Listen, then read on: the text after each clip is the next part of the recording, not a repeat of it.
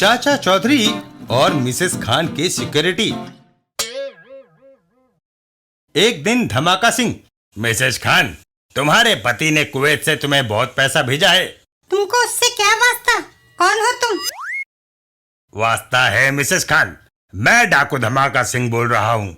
अगर तुमने 10 लाख रुपया मेरे अड्डे पर आज नहीं पहुँचाया तो मैं तुम्हारे घर आऊंगा, तुम्हें मार कर सब कुछ लूट कर ले जाऊंगा। ड्राइवर, चाचा चौधरी के पास चलो। गाड़ी तेज चलाओ, वहाँ जल्दी पहुँचना है।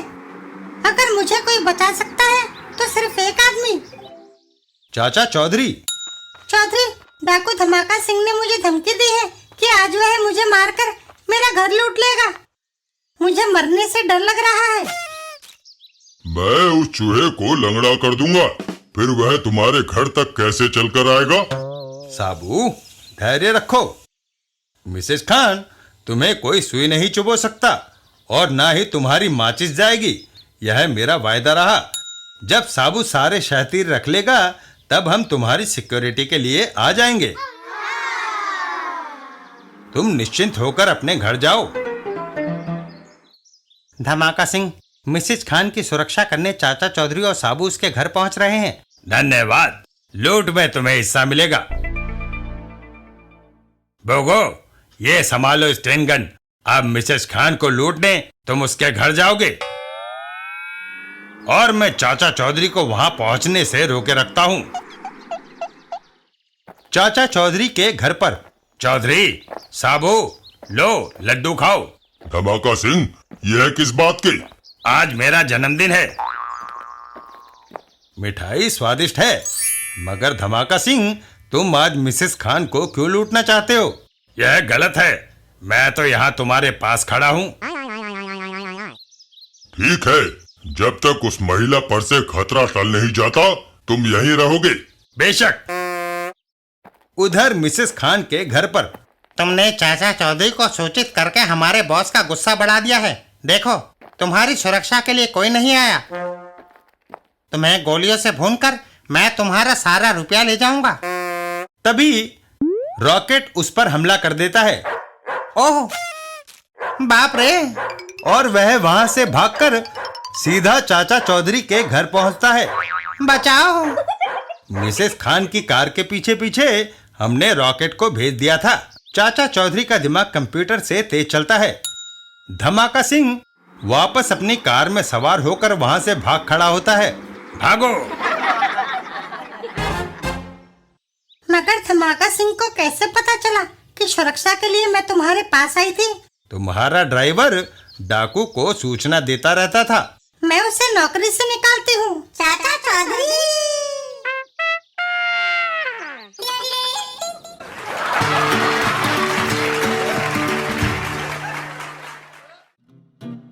रमन और स्कूल बैग्स। एक दिन बस स्टॉप पर। क्या तुम शहर बदल रहे हो? नहीं अंकल, ये मेरा बस्ता है।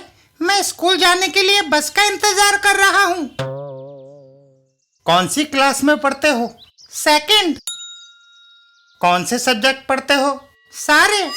English, arithmetic, general knowledge, science, arts and crafts. तभी वहां एक और बच्चा बड़ा सा बैग लेके आता है। मिक्की, 7:30 की बस निकली तो नहीं? अभी नहीं। वह दूसरा लड़का ऊंची क्लास में पढ़ता होगा। नहीं, वह भी सेकंड स्टैंडर्ड का स्टूडेंट है। फिर उसका बस्ता तुम्हारे से ज्यादा भारी क्यों? मैं गवर्नमेंट स्कूल में पढ़ता हूँ, वह पब्लिक स्कूल में है।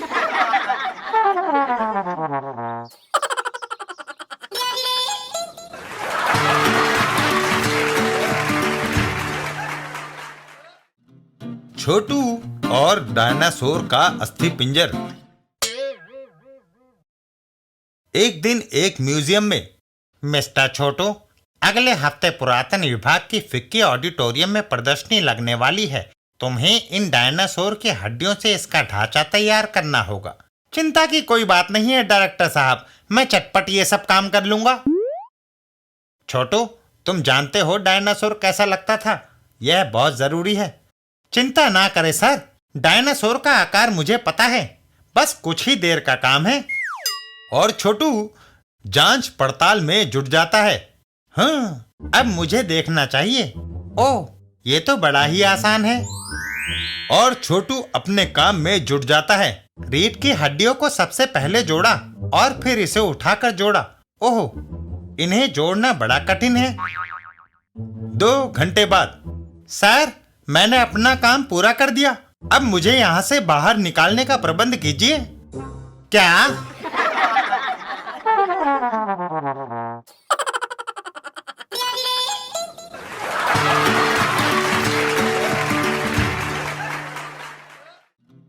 चाचा चौधरी और रेडीमेड गारमेंट्स। एक दिन सड़क पर। वीरू, वहाँ हजारों रुपयों का लावारिस माल पड़ा है। पाटन, तो तू वह उठा क्यों नहीं लेता? वह पेटियां भारी है। ट्रक रेडीमेड गारमेंट्स लाया था, मगर ड्राइवर को पता नहीं था कि आज मार्केट बंद है। वह दुकान के बाहर माल डाल गया है। कहाँ है वह? 500 रुपए दो तो बताऊं। लो। यह हुई ना बात। चलो मेरे साथ। वह दोनों वहां से चल देते हैं। गारमेंट्स स्टोर के सामने। वह देखो, सब में कीमती पैंट्स और शर्ट्स भरी हैं। वह आगे बढ़कर बॉक्स उठा लेता है। मैं इन्हें ले जाकर हजारों रुपयों में बेच दूंगा। तभी वह हवा में उड़ जाता है। ओह, तुम? Security guard. साबू को देखते ही वह भाग खड़ा होता है। भागो! वहीं से कुछ दूरी पर। धारू, उदास क्यों हो? मुझे एक शादी में जाना है, लेकिन उस समारोह में शामिल होने के लिए पगड़ी पहनकर जाना जरूरी है, जो मेरे पास नहीं है। समझ लो उसका इंतजाम हो गया। चाचा चौधरी की पगड़ी पीछे से झपट कर 9 to 11 हो जाओ। मैं जाता हूँ। तभी उसका पांव कीचड़ पर पड़ता है और सारा कीचड़ उसके मुंह पर आ गिरता है। ओहो, कीचड़ से मेरा चेहरा लथपथ हो गया। अब नहाना पड़ेगा। रुको, उस नल पर ना नहाना। मुझे कौन रोक सकता है? और वह नल खोल के बैठ जाता है। आओ, उबलता हुआ पानी। मेरे जिस्म में फफोले पड़ गए। उस गीजर का गर्म पानी पाइप द्वारा इस नल में आता है। हाय!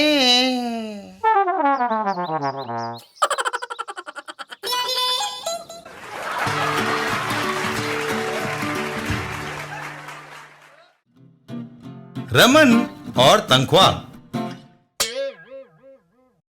एक दिन रास्ते में। गरीब को कुछ मिल जाए बाबा। रमन जेब से सिक्का निकालकर उसके कटोरे में डालने लगता है।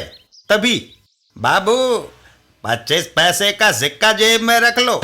मैं 1 रुपए से कम की भीख नहीं लेता। क्यों?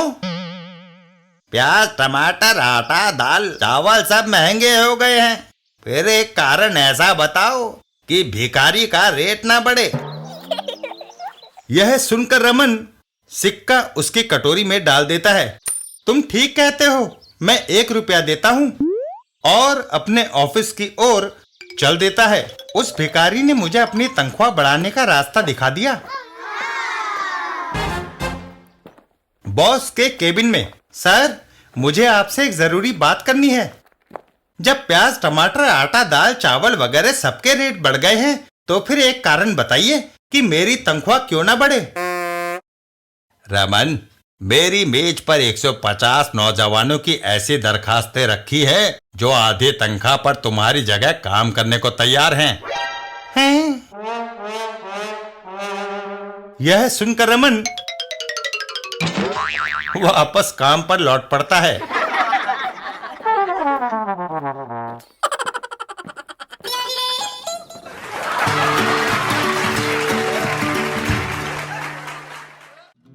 पिंकी और झपट जी की कहानी।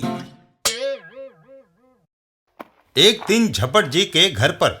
झपट जी, कोई कहानी सुनाइए। यह सुनते ही झपट जी रोने लगते हैं। अरे, आप तो रोने लग गए।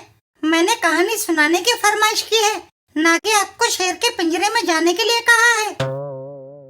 पिंकी, तुम्हारी फरमाइश शेर के सामने जाने से भी ज्यादा खतरनाक है। मुझे कहानी नहीं आती और तुम बिना सुने पीछा छोड़ोगी नहीं। अरे, कोई मनगढ़ंत किस्सा सुना दो और इसे रफा दफा करो। मुसीबत तो यही है कि मुझे कहानी गढ़ना भी नहीं आता, नहीं तो मैं प्रेमचंद जैसा साहित्यकार ना बन गया होता। पर मैं तुम्हें आज का सपना सुना सकता हूँ। चलेगा।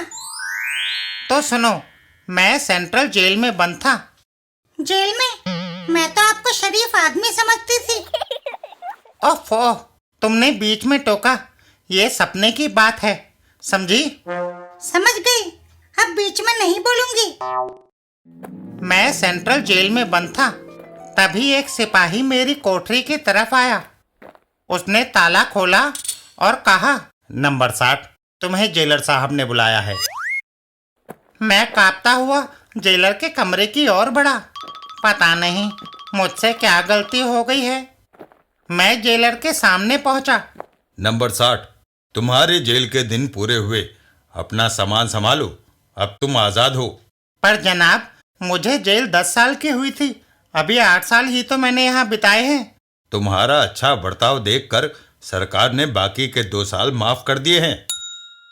मैं जेलर साहब को धन्यवाद देकर खुशी खुशी बाहर आया। आहा, आज वर्षों बाद आजादी की खुली हवा में सांस ली है।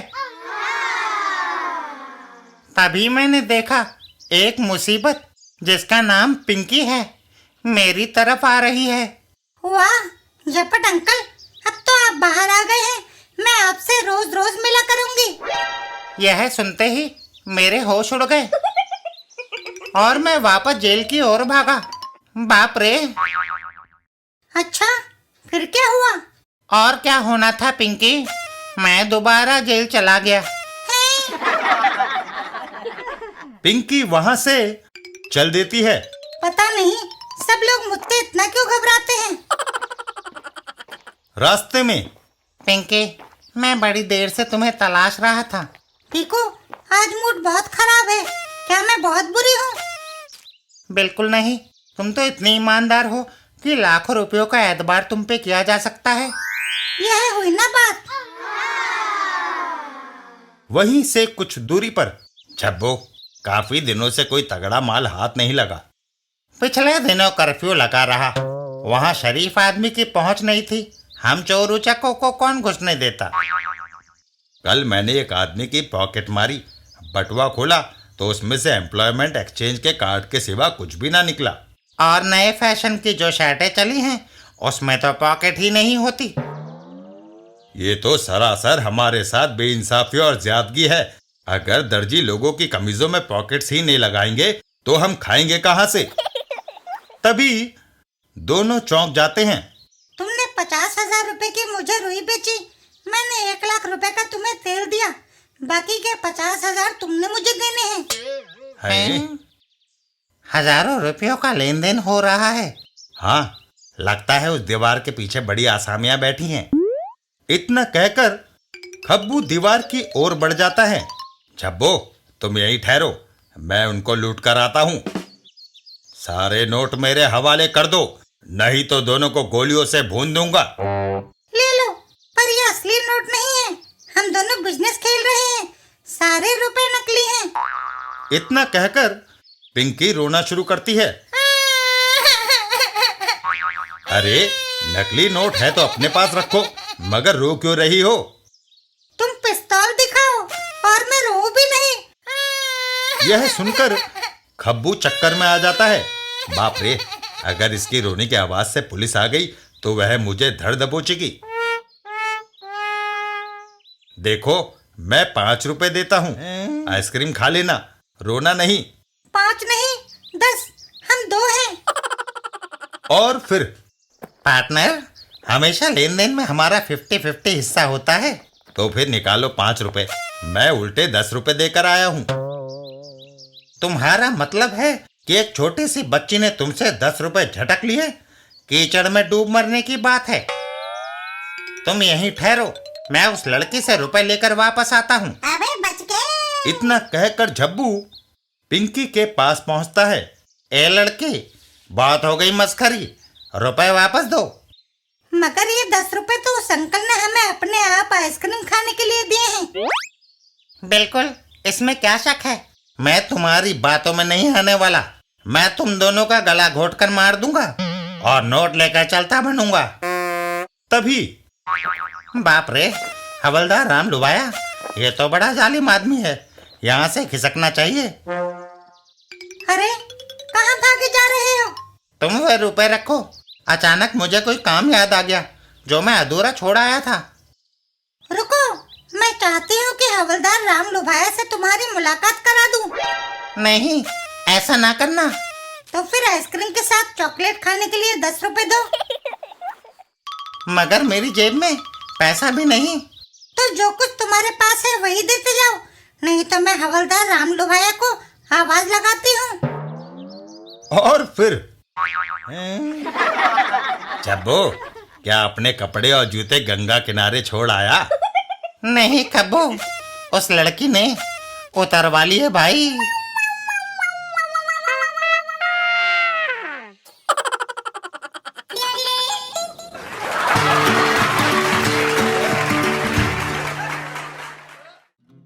मोटू राम और रुपए का सिक्का। एक दिन मोटू अपनी मस्ती में रुपए के सिक्के को उछालता हुआ सड़क पर जा रहा था। उछले हुए सिक्के को वह हाथ में थाम लेता और फिर दोबारा ऐसा ही करता। एक बैंक के सामने से गुजरते हुए उसका सिक्का उसके हाथ से गिर जाता है। ओहो, बैंक का कर्मचारी चौंक कर पलटता है। ओहो, एक सिक्का गिर गया। और वह सिक्के को अपनी पोटली में डालकर चलता बनता है। हैं?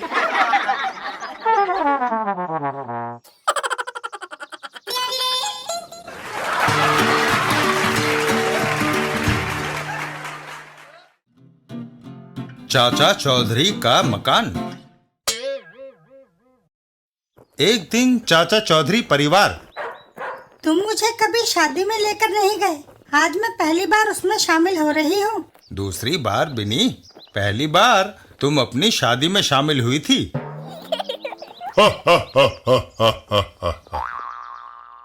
और फिर वह लोग रवाना हो जाते हैं। हम आगरा में पूरा 1 हफ्ता रहेंगे। और जमुना के किनारे मैं जॉगिंग करूंगा। मैं वहाँ ताजमहल देखूंगी। क्यों जी, तुम मेरे लिए वैसी इमारत क्यों नहीं बनवाते? बिनी, क्योंकि मैं तुम्हारा शुभचिंतक हूँ। शाहजहां ने मुमताज बेगम के मरने पर ताजमहल बनवाया था। 2 ठग, होतो और जकालो। होतो, रहने के लिए हम मकान की तलाश कर रहे थे ना, वह मिल गया। जगा लो, मगर हमारे पास पगड़ी देने के लिए पैसे कहाँ हैं? उसकी जरूरत नहीं, चाचा चौधरी का मकान खाली है। वह अपने दरवाजे बंद नहीं करता, हम उस पर कब्जा कर लेते हैं। घर के अंदर। अब हम बाकी की उम्र यहाँ चैन से बिताएंगे। हम 2 के लिए यह काफी है। नाले पंगा। अरे, मेज पर ये कागज कैसे पड़े हैं? हो तो ये बिजली, पानी और टेलीफोन के बिल हैं। मगर इनका भुगतान कौन करेगा? हम करेंगे बेवकूफ। मैं दफ्तर जाकर इन पर से चाचा चौधरी का नाम कटवाकर अपना नाम लिखवा लेता हूँ। यह हमारे मकान मालिक होने का सबूत होंगे। अब कोई कानूनन हमें इस इमारत से निकाल नहीं सकेगा। मैं जाता हूँ। जकालो घर से बाहर निकल जाता है। इधर हो तो जब तक जकालो गया है मैं कुछ खा लूं, फ्रिज काफी भरा है। 1 सप्ताह बीत जाता है। चाचा चौधरी परिवार लौटता है। मैंने आगरा के खेत से गन्ने ले लिए थे। एक लंबी अनुपस्थिति के बाद अपने घर में शांति से बैठेंगे। घर के दरवाजे पर कहाँ घुसे चले आते हो? जो बिजली, पानी और फोन का बिल देता है वही मकान मालिक होता है। देखो, साबू जकालो को पकड़ लेता है। खटमल, बचाओ! पुलिस इंस्पेक्टर, साबू उसे छोड़ दो। अगर दंगा फसाद किया तो मजबूरन मुझे तुम्हें गिरफ्तार करना पड़ेगा। हो, जीत हमारी हुई। अब हम यहाँ मौज मस्ती करेंगे। इधर चाचा चौधरी परिवार मकान के पीछे जाकर कुछ सोचते हैं। चाचा जी, मुझे गुस्सा आ रहा है। साबू, अगर तुम्हें गुस्सा आता है तो उस पत्थर पर पैर पटको, गुस्सा ठंडा हो जाएगा। साबू पहाड़ी पर चढ़ जाता है। वही करता हूँ। इधर चाचा चौधरी भाग्यवान, भागकर सुरक्षित जगह पर चलो।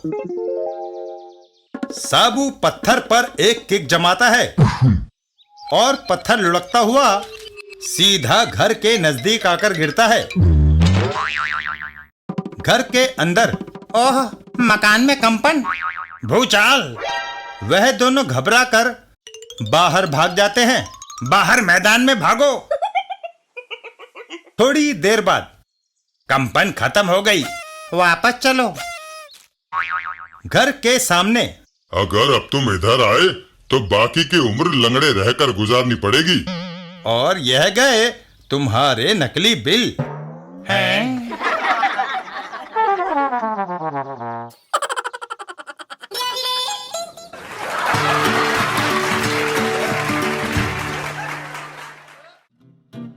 रमन और पटाखा। एक दिन रास्ते में, ओए रमन, दिवाली के दिन मुंह लटकाए क्यों फिर रहे हो? दोस्त मोगा सिंह, आतिशबाजी का सबसे बड़ा पटाखा खरीदकर मैंने मुसीबत मोल ले ली है। इसके धमाके से मैं डरता हूँ। तुम इसे मुफ्त में ले लो। ना बाबा, अभी मुझे अपने हाथ पैर सलामत रखने हैं। लेकिन मैं एक पाटे खां को जानता हूँ जो पटाखे चलाने में माहिर है। दोनों एक ओर चल देते हैं। कुछ दूरी पर, ओए पाटे खां, यह हमारा पटाखा चलाना है। जब कोई देश एटम बम बनाता है तो उसका विस्फोट करने के लिए मुझे बुलाता है। ऐसे खतरनाक पटाखे को दूर से आग लगाई जाती है और आग लगते ही पटाखा जोरदार तरीके से फटता है। आउ! हैं? ओए!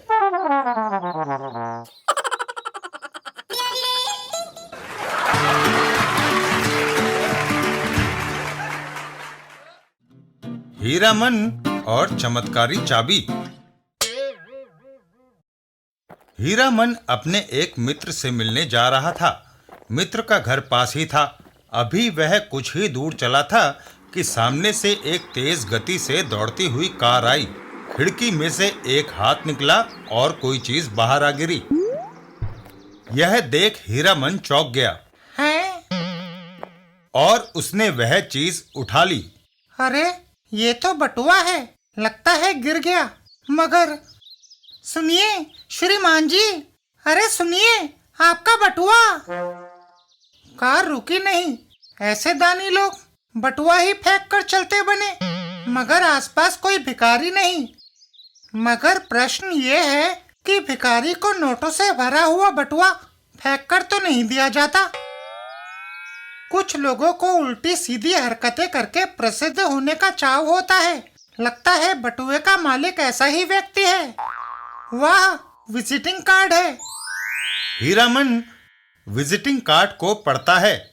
कौड़ी मल, कैशियर, पैसा बैंक 812, टूटी सड़क, आशा नगर, फोन नंबर 336699। देखता हूँ। और हीरामन टेलीफोन बूथ की ओर चल दिया। अभी फोन करके इन महाशय को बताता हूँ कि बैंक कैशियर होने का ये मतलब नहीं कि नोट फेंकते रहे। हीरामन फोन मिलाता है। छुट्टी का दिन है। कैशियर महाशय को घर पर ही होना चाहिए। यदि नहीं होंगे तो घर पर कोई तो होगा। थोड़ी देर बाद घंटी बराबर बज रही है मगर कोई उठा नहीं रहा। प्रतीक्षा करूं? लेकिन कोई भी फोन नहीं उठाता है। हो सकता है वह घर न जाकर कहीं और गए हों। अब मैं क्या करूं? बटुआ घर पर ही दे आना चाहिए। हीरामन कार्ड पर लिखे पते पर पहुंचा। 812 यही घर है। वह डोरबेल बजाता है। श्रीमान जी बाहर आइए, मेरे पास आपके लिए एक चीज है। तभी अंदर से आवाजें आती हैं। हैं? जनाब बाहर आकर अपना बटुआ ले जाइए। लेकिन कोई बाहर नहीं आता और आवाजें निरंतर जारी रहती हैं। यह सुनकर हीरामन चौंक जाता है। हैं? हीरामन सोच में पड़ जाता है। लगता है ताला बंद है मगर अंदर कुछ गड़बड़ है। ओहो, खिड़की। वह खिड़की के अंदर झांकता है। बाप रे, यहाँ तो कोई बंधा पड़ा है। हीरामन खिड़की से कूदकर अंदर आया और उस व्यक्ति का मुंह खोला। अरे अरे कौड़ीमल जी, आपको किसने बांधकर यहाँ डाल दिया? अभी तो आप कार में थे। मैं कौड़ीमल नहीं, उनका नौकर हूँ भाई। नौकर? तो फिर कौड़ीमल जी कहाँ हैं? मैं उनका बटुआ देने आया था जो लाल रंग की कार से गिरा था। साहब को 2 आदमी पिस्तौल दिखाकर अपने साथ ले गए हैं। मुझे बांध कर यहाँ डाल दिया और जाते समय दरवाजे का ताला भी बंद कर गए। बता सकते हो कहाँ ले गए होंगे? क्या तुम उन दोनों को पहचानते हो? पता नहीं कहाँ ले गए, मैं उनको पहचानता भी नहीं, पर वह दोनों सूरत से भले आदमी नहीं लगते थे। तो यह बात है, पूरी बात समझ में आ गई। कौड़ीमल जी ने बटुआ इसलिए फेंका था कि बटुआ उठाने वाला उनकी ओर ध्यान दे और उनका पता लगाए। हीरामन खिड़की से बाहर चल देता है। तो फिर मैं चला। मैं समझ गया हूँ कि उन्हें कहाँ ले जाया गया है। तुम पुलिस को सूचित कर दो।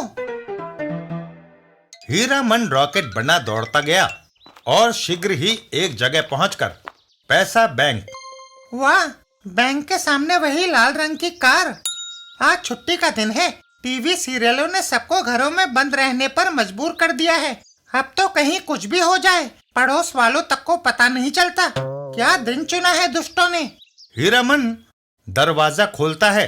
वाह, दरवाजा तो खुला ही हुआ है। हीरामन सतर्कता के साथ आगे बढ़ा। जैसे ही उसने दरवाजा खोल भीतर झांका। ओ कैशियर के बच्चे, निकाल चाबी, नहीं तो। मैं सच कहता हूँ, चाबी बटुए में थी और बटुआ कोट की जेब में, और कोट तुमने पहनने नहीं दिया। अबे ओ बड़ऊ, रिटायर होने से पहले हमारा भला कर जा। अधिक चालाक मत बन। एक चाबी यहाँ भी होगी, निकाल जल्दी, वरना सचमुच मार ही डालूंगा, समझे? और फिर कैशियर मारे गए। अब और नहीं टाल सकता। बटुआ तो उस तोते ने उठा लिया था मगर वो आया नहीं। ये हुई ना बात। इधर हीरामन। चाबी बटुए में? मैंने तो यह देखा ही नहीं। हीरामन बटुए में से चाबी निकालता है। वाह, यह रही चाबी, और अब शायद यह चाबी ही काम आए। इधर वह कैशियर और बदमाश। जल्दी कर बुढ़ऊ। हीरामन धीरे धीरे उन दोनों की ओर बढ़ा और उसने जाकर एक बदमाश को वह चाबी चुभो दी। हाय! हैं? आपस में टकराकर वह दोनों बेहोश हो गए। हाय! मगर ये हुआ कैसे? हीरामन। आपके बटुए में से निकली इस चाबी का कमाल है साहब। अचानक चाबी की नोक चुभी तो यह उछल पड़ा और दूसरे से टकरा गया। ही ही ही। अब इन्हें बड़े घर की सैर करा दें।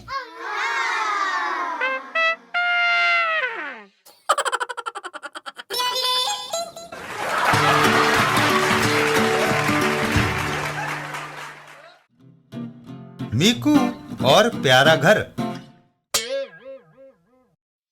एक दिन मीकू के घर के सामने। मीकू, यहाँ क्यों खड़े हो? ये मेरा घर है। घर? बड़ी अजीब जगह रहते हो। तुम्हारा घर कहाँ है? चांदनी चौक, नहीं बल्ली मरान।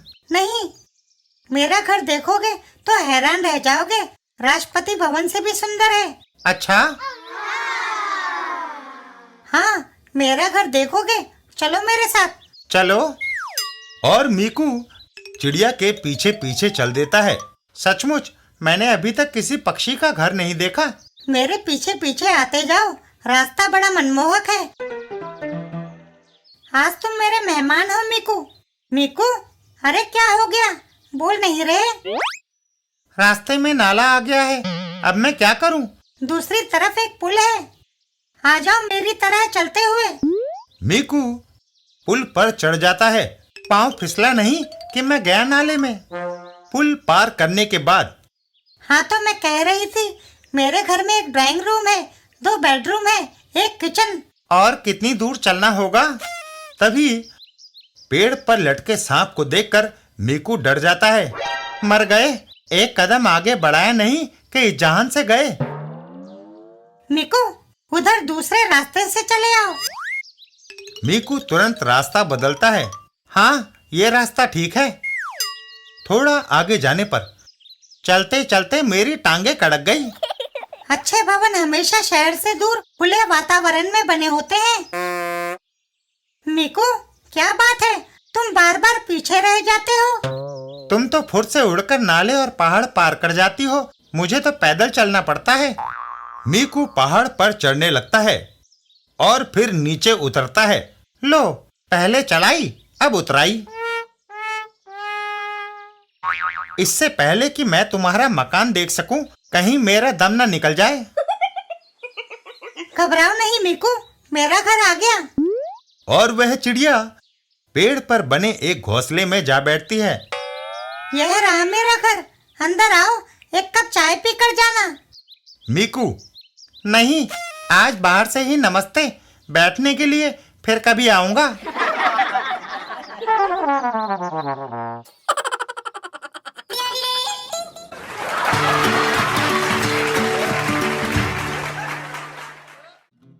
चाचा चौधरी और चंदा वसूली। एक जगह पर तब मान, इलाके में अपनी धाक कैसी है? नूरा, लोग तुम्हारा रौब मानते हैं, तुम्हें राजा कहते हैं। हम राजा नहीं, जन सेवक हैं। हमारा देश प्रजातंत्र है, लोगों का ध्यान हमें हमेशा रहता है। जन सेवा के लिए पैसे की जरूरत होती है। तब मान, जाओ चंदा इकट्ठा करके लाओ। जाता हूँ नूरा। General stores. इस पेटी में चंदा डाल दो। दफा हो जा, लफंगा कहीं का। मेंढक चंदा देने से इनकार करता है, जानता है हम खाली हाथ वापस नहीं जाते। ये सरासर डाकाजनी है। मैं 200 रुपए पेटी में डालता हूँ। 500 डालो। देवी जी, जनसेवा के लिए चंदा दीजिए। मेरे पास पैसे नहीं है। हाथों में सोने की चूड़ियां तो हैं। बचाओ, चाचा चौधरी, बचाओ। रॉकेट, लगता है कोई महिला मुसीबत में है। वहीं खड़े रहो, आगे आए तो मैं इसे गोली मार दूंगा। तभी रॉकेट टबमान के ऊपर छलांग लगाता है। ओहो, शाबाश रॉकेट। चाचा चौधरी का वार। ओहो, यह क्या? चंदा। अड्डे पर। कमबख्त, तुम्हें चंदा लेने भेजा था, तू तारे लेकर लौटा। नूरा, चंदे की पेटी चाचा चौधरी ने छीन ली। यह सुनकर नूरा गुस्से में गन लिए बाहर निकल जाता है। हो चूहे की ये हिम्मत, मैं जाकर उसे सबक सिखाता हूँ। अबे बच गए। चाचा चौधरी के घर के सामने। लो, खाओ। अब यह मेरे काम में रुकावट नहीं डालेगा। चौधरी, वह चंदे की पेटी कहाँ है? वह मेरे साथी के पास है नूरा। कहाँ है वो? मैं उसे गोलियों से। तभी नूरा हवा में उड़ जाता है। ओह, मैं जमीन से ऊपर उठता जा रहा हूँ। शायद तुमने मुझे याद किया था। अच्छे आदमी को सभी याद करते हैं। लोगों से पैसा ऐंठोगे? मेरी तौबा, मुझे नीचे उतारो। नीचे उतरते ही नूरा वहां से 9-2-11 हो जाता है। साबू, आओ, लोगों का पैसा वापस लौटाएं।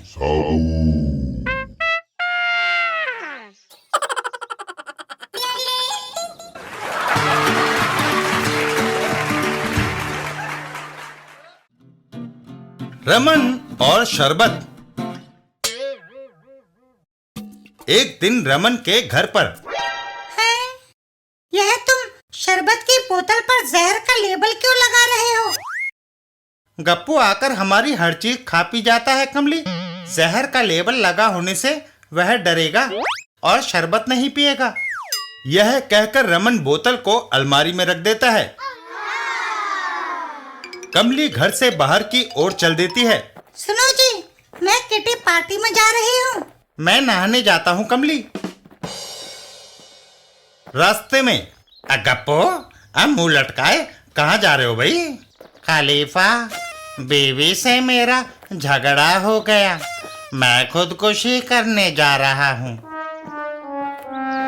गप्पू रमन के घर पर आता है। रमन, क्या तुम्हारे पास जहर है? वह शायद इधर उधर गया होगा। गप्पू अलमारी खोलता है। अलमारी में जहर तो मिल ही गया। गप्पू शरबत की पूरी बोतल गटक जाता है। रमन, रमन, तुम्हारा जहर बहुत मीठा था, हैं?